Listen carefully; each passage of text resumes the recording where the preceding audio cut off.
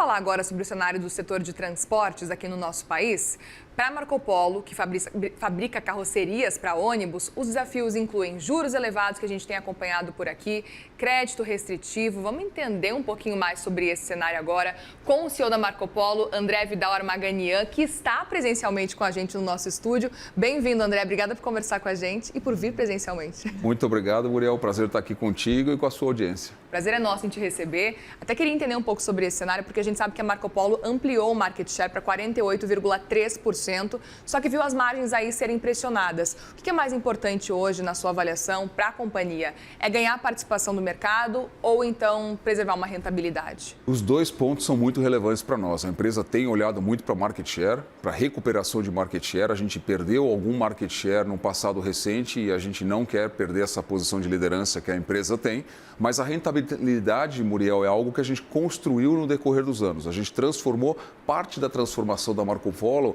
proveniente de um posicionamento diferente da empresa, gerando cada vez mais valor e vendendo cada vez mais valor para o mercado. Então, a empresa não quer abrir mão dessa rentabilidade, mas sim, foi um momento importante para nós no mercado que houve uma redução recente de um aumento de market share. A grande razão da rentabilidade ter sido afetada é que a Marco Polo tem um portfólio bastante amplo de produtos. Ela produz desde o micro-ônibus até o rodoviário pesado, que são aqueles ônibus de 2 pisos que você vê muito em rodoviárias e em viagens de maior distância. O crescimento aconteceu de uma forma mais significativa nos micro-ônibus. Então, quando a gente aumenta o volume de vendas de micro-ônibus, e isso sim ajuda no aumento de participação de mercado, é um produto que tem uma rentabilidade menor e muitos desses produtos eles foram precificados, grande parte deles foram vendas a governo, 2 programas importantes, o programa Caminho da Escola e o programa do Ministério da Saúde, que são produtos que foram precificados há bastante tempo.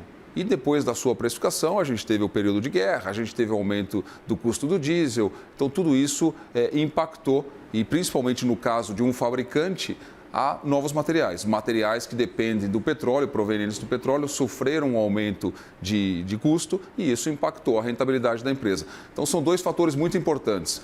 A precificação já antecipada desse produto e um mix mais leve. Quando a gente fala mais leve, é vendendo menos ônibus rodoviários e vendendo mais micro-ônibus. Isso afeta a nossa rentabilidade.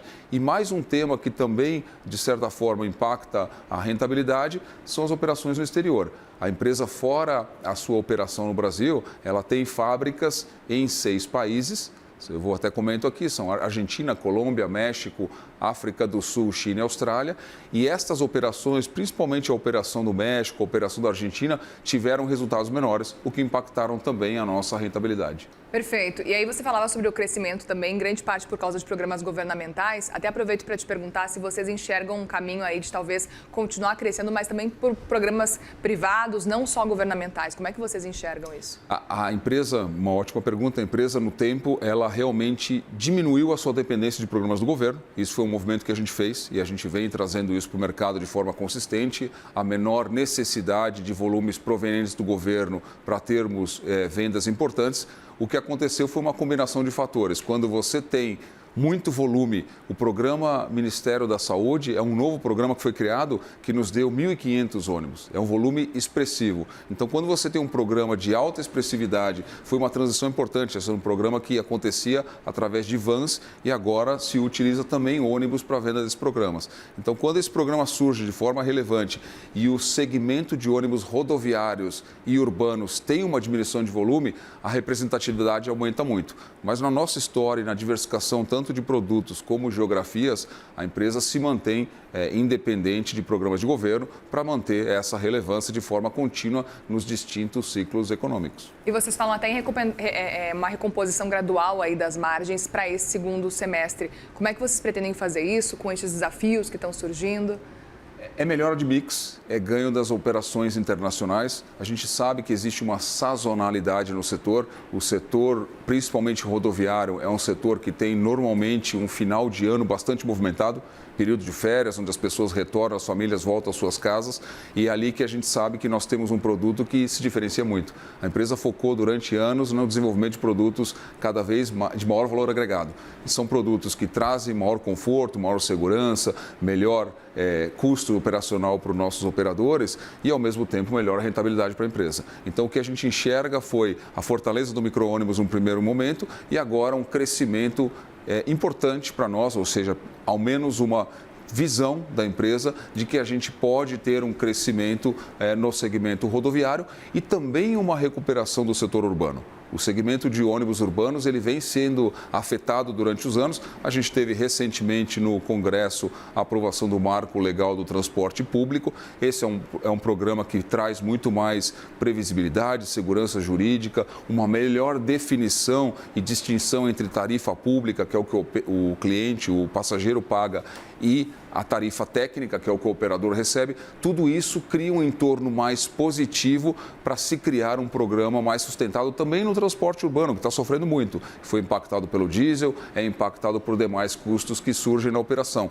Então, quando a gente compara cidades brasileiras que têm esse sistema bem estruturado urbano, temos exemplos aqui de Goiânia, temos exemplos aqui de própria cidade de São Paulo, a gente vê que a qualidade de mobilidade melhora nas cidades, a qualidade de vida das pessoas aumenta, o fluxo de passageiros aumenta, o custo operacional para o operador é mais previsível e isso fomenta a maior renovação de frota. Então, a gente enxerga que esse programa, principalmente o Marco Legal, começa a trazer também uma transição positiva. Isso no urbano e no rodoviário, o programa que eu mencionei de sazonalidade, ainda olhando muito para a taxa de juros que estão elevadas e afetam a recompra. Sem dúvida. E você me citou agora há pouco também o Marco Legal especificamente. O que falta na prática realmente acontecer para destravar e conseguir destravar investimentos e aumentar esse cenário e melhorar para vocês também esse cenário? Agora é a implementação do programa, porque quando a gente pega realmente cidades que têm programas estruturados, onde o operador tem uma maior previsibilidade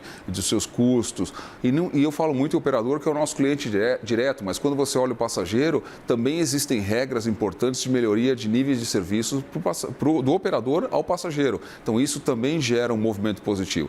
A nossa interpretação é que essa implementação vai acontecer de forma gradual. O que falta agora é o tempo de implementação, porque agora a gente tem um programa já setado, já definido, já aprovado em Congresso, e a gente vê que, como eu comentei antes, algumas regiões que tiveram essa implementação de um programa mais estruturado, ele é um ciclo virtuoso positivo, porque ele fomenta uma melhor previsibilidade, ele fomenta um maior investimento por parte do operador, ao mesmo tempo ele garante a receita através da distribuição das tarifas públicas e privadas e o cliente tem o melhor nível de serviço. E é aí que a Marco Polo entra com um diferencial importante, que é um produto que atenda a tudo isso. Toda vez que a gente lança um novo produto pela empresa, a gente olha tanto para o nosso operador, que tem aumento de custos, então a gente precisa achar formas de baixar os custos operacionais desse operador. A gente sabe que cada vez mais a gente precisa ter o produto rodando a todo momento, é a disponibilidade de produto. Então, quando a gente faz um novo lançamento, a gente olha muito para essa disponibilidade. Vamos lançar algumas soluções interessantes aí na próxima semana na Latibus em São Paulo, de 11 a 13 de agosto. Então, tem movimentos positivos. A gente está olhando para o passageiro. O passageiro é um protagonismo que a empresa durante anos vem trabalhando, que é como eu atraio o passageiro para o sistema, como eu atendo o cliente do meu cliente. E aí eu estou falando em segurança, eu estou falando em conforto acústico, eu estou falando em conforto térmico, eu estou falando em conectividade. Tem diversas soluções que a gente vai apresentar nos nossos produtos para trazer o passageiro para o sistema, para trazer um custo competitivo para o operador. E claro, a empresa também está trabalhando para ser protagonista em soluções de uma forma geral, Muriel. A gente tem feito muitas conexões com instituições financeiras, com associações do transporte público para fomentar o retorno do sistema. Não é só olhar para o produto, mas é ser um protagonista buscando promover soluções que reaqueçam o setor. E pensando nesse cenário também, qual a inovação que você acredita que pode realmente mudar o setor, sei lá, até 2030, por exemplo, na sua avaliação? É inteligência artificial? É conectividade? Como é que vocês acreditam, então, que isso pode realmente transformar o setor? É uma excelente pergunta. Eu acho que o sistema cada vez fica mais tecnológico.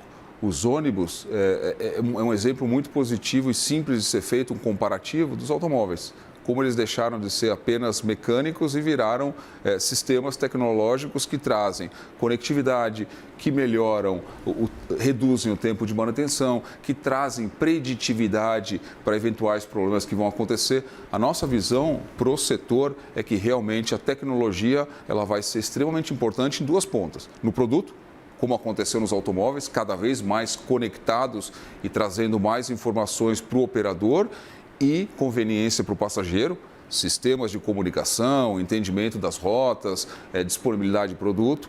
Mas a gente enxerga também que internamente, você falou em inteligência artificial, a aplicação da inteligência numa empresa que tem um processo complexo, o processo de produção de ônibus é extremamente complexo. Então, você encontrar formas, através da inteligência artificial, de simplificar processos e principalmente colocar o nosso time de desenvolvimento. A gente tem um grande time de mais de 500 engenheiros fazendo novos desenvolvimentos focado efetivamente em desenvolver, sendo apoiado por tecnologia, a gente enxerga que a competitividade da empresa pode aumentar muito, a agilidade da empresa crescer muito, mas principalmente o foco olhando para frente, além de novas propulsões em produtos, é essa realmente tecnologia embarcada em ônibus que vai melhorar a vida do operador, do passageiro e claramente da nossa empresa que busca cada vez ser mais tecnológica. Muito bem, vamos acompanhar então. Nós conversamos aqui com o CEO da Marco Polo, André Vigal Armaganian, para eu não falar errado o sobrenome. Obrigada mais uma vez pela presença e volte mais vezes aqui para conversar com a gente no Money. Um prazer estar aqui, Muriel, contigo e com a tua audiência. Muito obrigado. Obrigada.